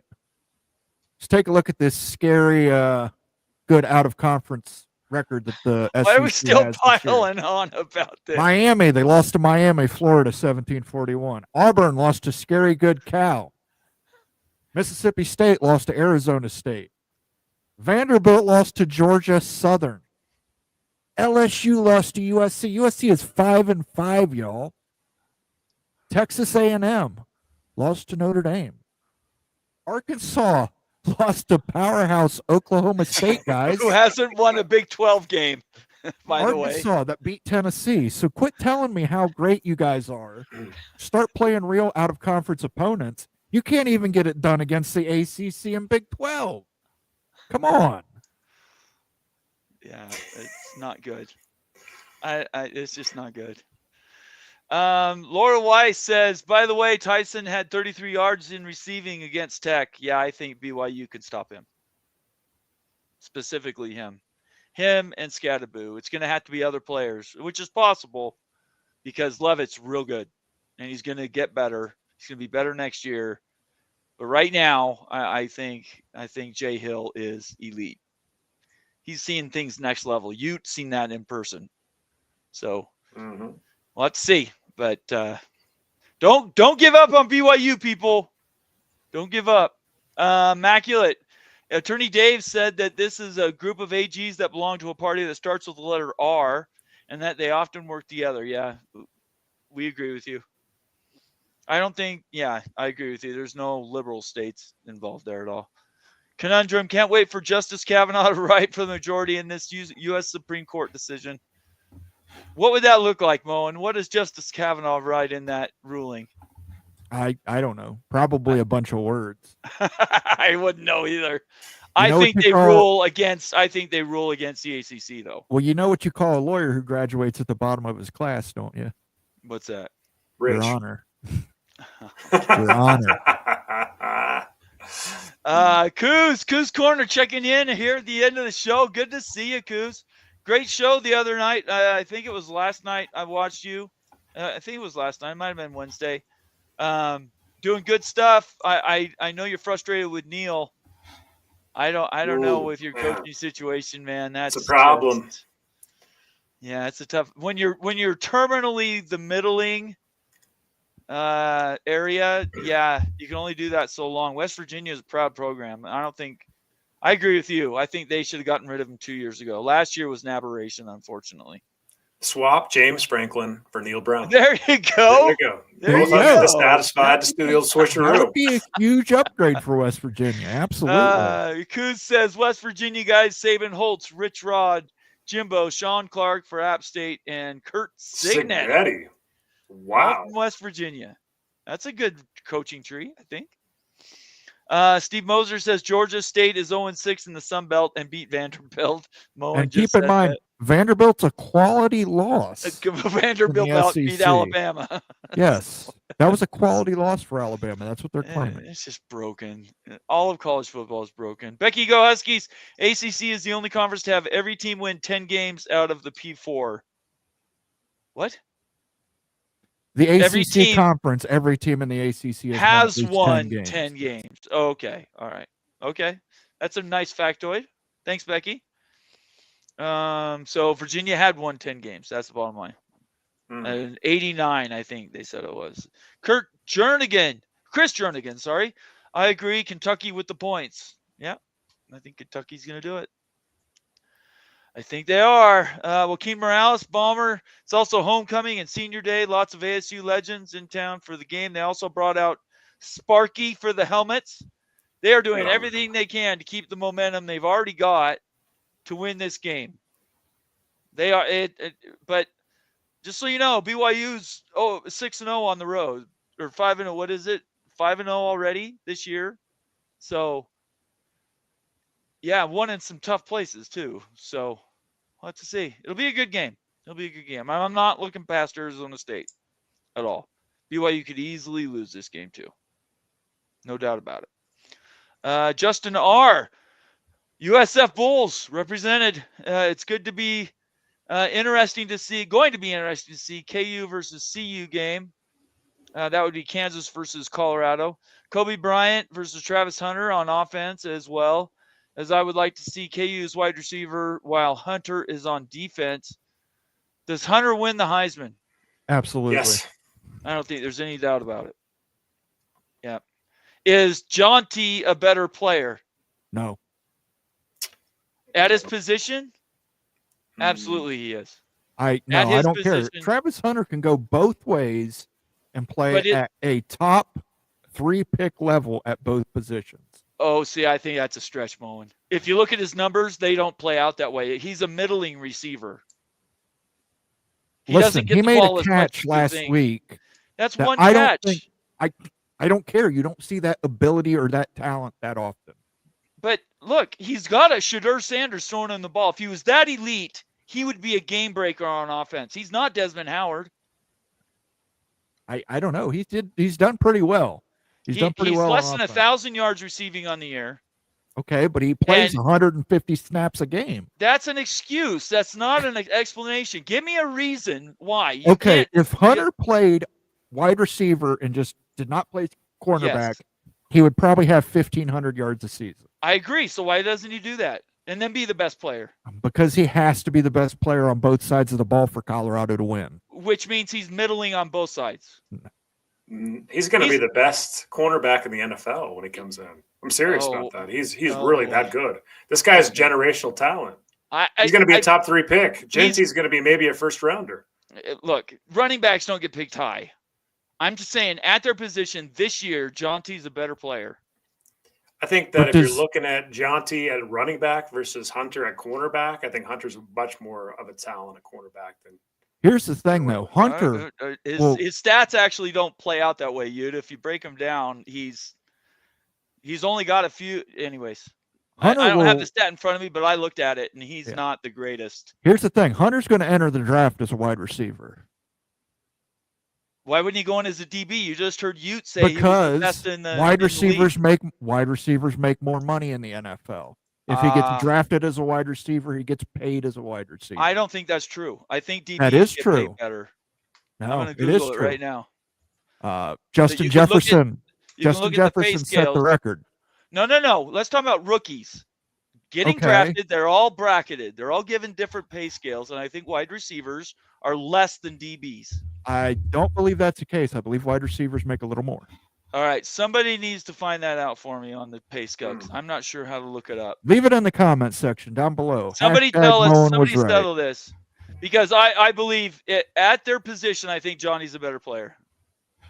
If you just take him by position. Chris Jernigan, no Alabama versus Oklahoma pick. I'm glad I flagged that one and didn't forget about it. Yeah, we only pick 8 a week. I mean, there were some games in there that have more import. Obviously, Oklahoma and Alabama is not a small game. It's going to be a great game going forward in the SEC, but Alabama's a little down, and Oklahoma certainly isn't at the level we expect them to be at either. So it just didn't, we're looking at CFP type games, trying to get as many involved that could be impacting the 12 as we work toward the end of the year. Unless, of course, Oklahoma wins, in which case it would be a quality loss. Stormy Cyclone, wow, Bomber stands alone on BYU. Yeah, you had to expect that. I've actually picked against BYU just once this year, and I won, by the way. Against the spread, I won. Yeah. Kuz says Vandy is Texas' best win, and they are number 3. Someone make this. That makes sense. Yeah, I told you, Texas could be shadow boxing. Texas might get exposed here at the end of the season. They still have to get by Texas Oklahoma. has enough talent. Oh no, They've got enough quarterback talent and everything. I think that they're going to put it together. I like the Horns a lot this year in the playoff. I think they're the most talented team in college football, from top to bottom, more than Oregon. I don't know. With Tez Johnson being back, I would take Oregon. Yeah, I think Oregon's still the best team. I haven't, because they bought a defense. That's what they've lacked all these years. That's why Washington beat them 3 years in a row. I think they bought a defense, and this defense is built to win. Look, Phil Knight might die next week. He's not in the greatest health, if you've seen him. But he has a trust set aside, and they also have I understand. Tinker Hatfield, who is another big guy at Nike. Trust fund babies. Yeah. Bomber, I agree with Moen on this. I'm not sure what we're agreeing on. Moen, he's saying. Well, if he agrees with me, he's a Travis very Hunter, smart and handsome man. Look, so, what can I say? wasn't expecting anybody to agree with me with Jonty. I'm just trying to say that just because you think that Travis Hunter plays both ways, look at his actual numbers. And because of what Moen said, he plays 155 plays. He cannot be the best all the time at the positions he's playing on both offense and defense. He simply can't. He doesn't have enough energy to do that. So he goes out and does the best he can. He gets selected targets on offense, lower yards. He doesn't get many pass breakups because they don't throw the ball his way. So his stats aren't, I think there's one of BYU's DBs that actually have better stats than he does just as a DB. That doesn't mean he's a better DB though. Put them together, all-around athlete, the Shohei Ohtani of college football. Yeah, I think that deserves. He's going to get it because of publicity for no other reason. He's on 100%. The team that everybody watches. Yeah, that's why he's going to get it. I'm just making an argument for Jonty because I think you put him on Iowa's. Sorry, maybe Iowa's too, but you put him on Ohio State, they don't lose. They're undefeated. And they might be number one all season if you guys had a running back like him. So, anyway, I'm off the soapbox there. Dave's here. Good to have you here, Dave. Thanks for being here. They should just give the conferences spots and then let them figure out which 4 it is. 4 Big 10, 4 SEC, 2 Big 12, 2 ACC. We agree with you. 100%. That's what you and I both want for the Big 12. Yep. Now, if the ACC goes away, the Big 12 absorbs, they go to 3 conferences of 20 teams, then we think it should go 4-4-3. Just so yes. He knows. Yeah. And then you'd have what that would be 8, 11. Then you'd have 3 spots if you went to 14. That would include Notre Dame, Boise, and then an open. Vox Condaro, good to have you here, Vox. Hey, There's a KU version of Moen's cap. Rock out with your chalk out. Moen, I should have made you put tape over that hat. There's gotten so much attention. Clay Johansson says MSU 10-3. Is that who's playing right now? Yes, they're playing against Purdue, and I've heard the federal government is taping that game for use at Guantanamo Bay for torture purposes. So I do not recommend anybody out there watch that game. You know who's doing this right now watching that game is all Oregon State fans. Yes, sure. Every Oregon State fan right now is cheering against Michigan State. Unfortunately for them, the team Michigan State is playing is Purdue. I know. It's just not good. I think that's it, guys. Do you guys have anything else you want to talk about before we go to final comments? Yes, I just want to tell you, I looked it up. Wide receivers are 2.2 on average. CBs are 1.9. I was wrong. Wide receivers do make a little more in the NFL. It's not by much, but they make more. Yeah, Hunter's just not going to be. I'm worried about his health, though. I agree with you. I think he's played too many downs. He's played too much football. I agree. I think play both ways. I think he'll play cornerback in the NFL, but I think he's going to commit as a wide receiver to get more money. Does he have to though? Because he can go to get advertising dollars that'll make up any difference. Oh, I'm sure. Like, listen, NFL salary. Listen, he's going to be a multi-millionaire. Yeah. Well, he already is. Yeah, it's not a huge difference in the pay scale. Right. He's going to make more money than all three of us combined in our lifetimes within his first season. So. Right. Okay. All right. Thanks for the correction. I thought for sure DBs made more money, but again, those rookie contracts are so depressed anyway. You're paid in 4 years, usually 4 or 5. So, Roger Dodger, USC is the best 5-5 team in the nation. Hey. I wonder if our friend, everybody's friendly USC grad, supposedly CIA operative, NSA, wonderkind, knows everything about college football, how he feels about joining the Big Ten now. I don't know. They beat LSU. And that's a quality win for some people. So bad. All right. Let's get out of this. Let's quit the rants. Okay. Final comments. Moen, as we go into this week 12, it's going to be bloody. A lot of people are going to be disappointed coming out of this weekend. What are your final thoughts on it? Regardless of what the score is that Indiana loses by, they deserve to be in the playoff. They have won 10 games. They will win 11 next week. An 11-1 Big Ten team, in my opinion, is better than an 8-3 or 9-3 SEC team. Better than an 11-2 BYU losing by 3 points to Colorado in the championship game. Okay. I don't know. If they win the championship game, yeah, I mean, there's not if they win. Colorado wins, but it's a close. So but BYU beats Arizona State. Yes. Well, they have to get in the game. Yes. Yeah. Then I would consider putting BYU in. Okay. But I'm not taking Indiana out. No, I'm not saying that. And I'm not voting against Indiana, by the way. I don't want anybody to think I'm cheering against them. I'm not. I think Indiana's been a great story. Ute. Playoff eliminator for BYU, Arizona State, Colorado, and Iowa State. You better win or you're out. So I see it like you really have to. So Iowa State's the one that no one's talking about. I know Utah's had a horrible season. I think that Utah clips them, and it's going to cause some massive havoc if Utah beats Iowa State and eliminates one of those spots. I think Colorado gets it done. It's going to be a battle between Arizona State and BYU. I believe, and I could be wrong, but if Colorado wins and BYU wins and Utah wins, Colorado and BYU are in the championship game. Doesn't matter what happens next week, if I remember right.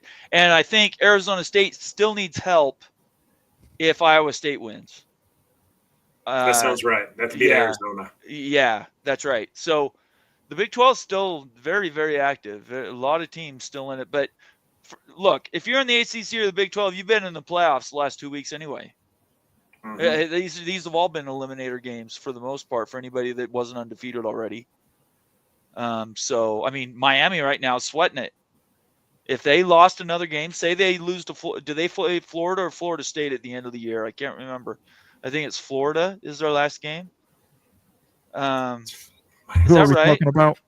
Miami? Doesn't Miami have? They've already played Florida. They beat Florida. Who is Miami's last game? I do not know. I don't know. I thought it was Syracuse. Oh, well, Syracuse is maybe it was this week. I thought there was a chance they could possibly lose another game. If they go if they're 10-2, they might be on the outside looking in, right? Because of SMU and Clemson. Well, no, Clemson has 2 losses. It's just a mess. College football is just a mess. All right, Ute, what do you got?